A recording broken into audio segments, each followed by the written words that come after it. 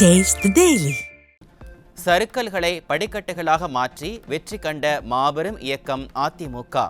எப்போதும் போல் அதிமுக மக்கள் பணியாற்றும் என முன்னாள் அமைச்சர் SP வேலுமணி உறுதி. எப்பவுமே எங்கள் தொண்டர்கள் சோர்வடைய மாட்டாங்க. அது மட்டுமல்ல, எங்களது பொதுச் செயலாளர் தெளிவான அறிக்கையை கொடுத்துருக்காரு. அந்த அறிக்கையை படித்து பாருங்க. ஆகவே எங்களை பொறுத்தளவுக்கு அதிமுக தெளிவாக இருக்குது. இந்த தோல்வி எல்லாம் எங்களது வெற்றியுடைய படிக்கட்டு தான்.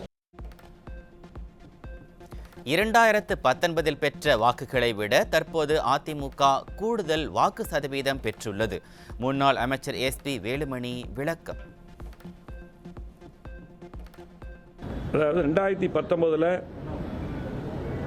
பெற்ற வாக்குகளை விட 2019 நாங்கள் பல்வேறு கூட்டணி கட்சி இருந்தது, எல்லா கட்சியும் இருந்தது, பிஜேபி உட்பட. அன்னைக்கு 19.39% வாக்குகள் பெற்றோம். இன்றைக்கு எங்களோட தேமுதிக மட்டும்தான், அதை எப்போ பொதுச் சின்ன கட்சி. இன்றைக்கு 20.46% அதிமுக வாக்குகள். ஆகவே கூடுதலாக வாக்குகள் பெற்றிருக்கு. அதே போல் இன்னும் புள்ளி விவரம் எடுத்துட்டிங்கன்னா,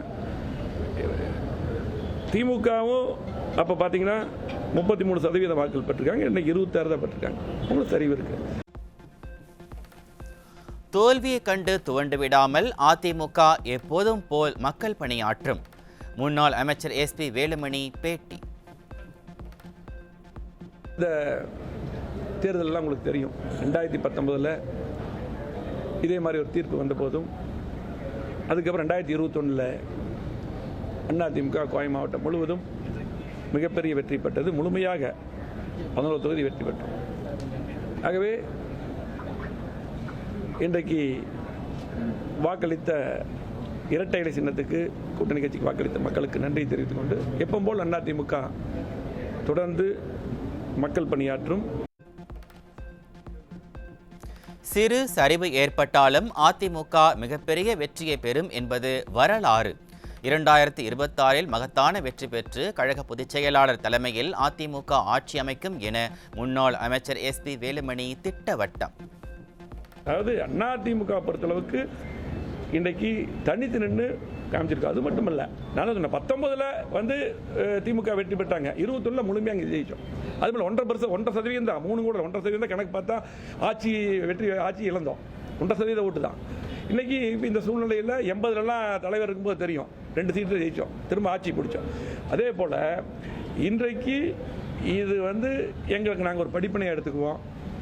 அதாவது இன்னைக்கு கண்டிப்பாக மக்களுக்கு தொடர்ந்து பணியாற்றுவோம். கண்டிப்பாக 2026 எடப்பாடியார் தலைமையில் அம்மாவுடைய ஆட்சி அமையும். தமிழிசை, முருகன் மாநில தலைவர்களாக இருந்தபோது கூட்டணியில் எந்த பிரச்சனையும் இல்லை. அண்ணாமலையின் முதிர்ச்சியற்ற பேச்சுதான் கூட்டணி முறிவுக்கு காரணம் என முன்னாள் அமைச்சர் SP வேலுமணி குற்றச்சாட்டு. 2ஆம் கட்ட தலைவர்கள்லாம் அதிகமாக பேசினாங்க, அப்படி இப்படின்னு அதிகமாக பேசுனதே அவர் தான். ஒரு கூட்டணி கட்சினா, ஒரு இதுக்கு முன்னாடி நாங்கள் பாரதிய ஜனதா கட்சி ஒரு கூட்டணி இருந்தோம். அப்போ தமிழிசை சவுந்தரராஜன் சகோதரி இருந்தாங்க, முருகன் மத்திய அமைச்சர் அவங்க இருந்தாங்க. இவங்கெல்லாம் இருக்கும்போது கூட்டணி உடைய தலைவர்கள் தெளிவாக போயிட்டு இருந்தது. இவர் கூட்டணி கட்சி தலைவரான பின்னால் தான் பேரறிஞர் அண்ணாவை பற்றி பேசினார், அம்மாவை பற்றி பேசினார். இப்படி எல்லா தலைவரை பற்றி, எங்களுடைய பொதுச் செயலர் எடப்பாடியாரை பற்றி கூட்டணி கட்சியில் கூட்டணியாகவே இருந்துட்டு ஒரு தலைவர். ஏன்னா இவர் அரசியலுக்கு கொஞ்ச நாள் தாச்சு. அப்போ இவர் இந்த மாதிரி இன்றைக்கு சூழ்நிலை, இன்றைக்கு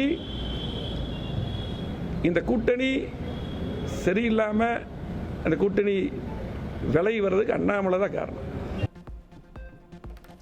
அண்ணாமலை தனது தலைவர் பதவியை காப்பாற்றிக் கொள்வதை பற்றி சிந்திக்க வேண்டும். அதிமுகவை பற்றி கவலைப்பட வேண்டிய அவசியமில்லை என முன்னாள் அமைச்சர் SP வேலுமணி பதிலடி. நான் தான் திரும்ப நீங்க கேட்குறீங்க, நான் அவரை பற்றி பேசக்கூட நினைக்கிறேன், நீங்கள் திரும்ப அவர் பேர சொல்லி கேட்குறீங்க. அதாவது நான் என்ன பொறுத்தளவுக்கு அவரோட தலைவர் பதவி பார்த்துக்க சொல்லுங்க. எடப்பாடியாரை பொறுத்தளவுக்கு தெளிவாக இருக்காரு. மீண்டும் கண்டிப்பாக அவர் தலைமையில் மிகப்பெரிய கூட்டணி வரும். கண்டிப்பாக அதிமுக மீண்டும் ஆளுங்கட்சியாக வரும். தமிழ்நாட்டில் அடுத்த மாதம் முதல் மின் கட்டணம் 6% வரை உயர்கிறது. தேர்தல் முடிந்த கையோடு விடியா திமுக அரசு கட்டணத்தை உயர்த்துவதால் மக்கள் ஷாக். சென்னை மாதவரம் பால் பண்ணைக்கு வரும் பால் வரத்து குறைந்ததால் ஆவின் பால் பாக்கெட் சப்ளையில் தாமதம். ஆவின் நிறுவனத்தை தனியாருக்கு தாரை பார்க்க விடியா திமுக அரசு துடிக்கிறதா என மக்கள் கேள்வி. மக்களவை தேர்தலையொட்டி நாடு முழுவதும் அமல்படுத்தப்பட்ட தேர்தல் நடத்தை விதிகள் நீக்கம். முடிவுகள் வெளியான நிலையில் இந்திய தேர்தல் ஆணையம் அறிவிப்பு. திருநெல்வேலிக்கு சென்ற அரசு பேருந்துக்குள் மழை நீர் ஒழுகியதால் பயணிகள் அவதி. குடை கொண்டு வராதால் நின்றவாறே பயணித்த மக்கள்.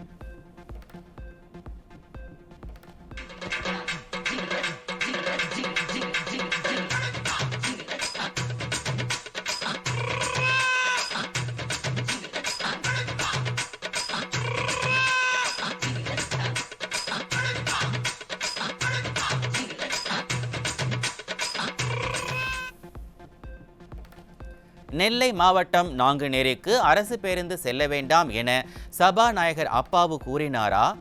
அரசு பேருந்து ஓட்டுநர் பேசும் வீடியோவால் பரபரப்பு.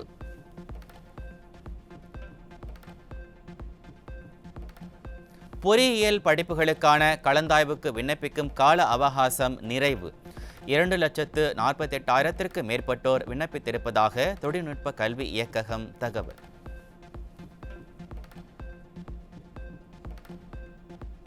ஒருங்கிணைந்த 5 ஆண்டு சட்ட படிப்புகளுக்கான தரவரிசை பட்டியல் மற்றும் கட் ஆஃப் மதிப்பெண்கள் வெளியீடு. மாணவர் சேர்க்கைக்கு 24,026 விண்ணப்பங்கள் பெறப்பட்டிருப்பதாக அம்பேத்கர் சட்ட பல்கலைக்கழகம் அறிவிப்பு.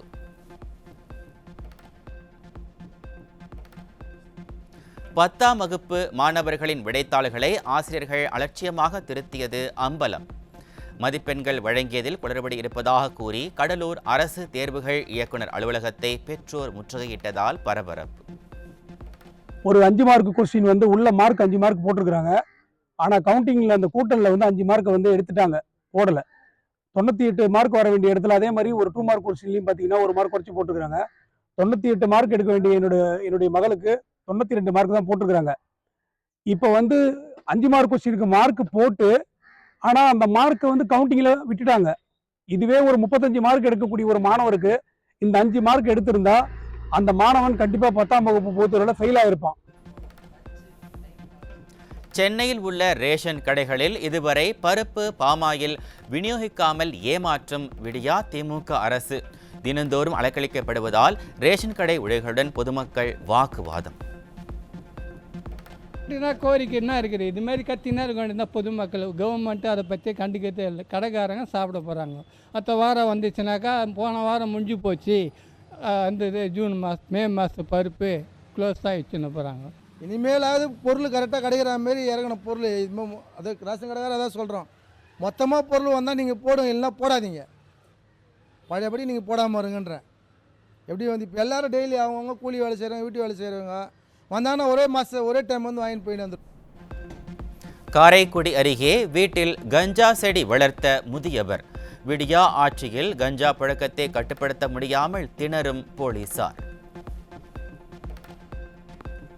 வெற்றி பெற்ற 2 நாட்களில் விமான நிலைய பாதுகாப்பு அதிகாரிகளோடு கங்கனா ரணாவத் வாக்குவாதம்.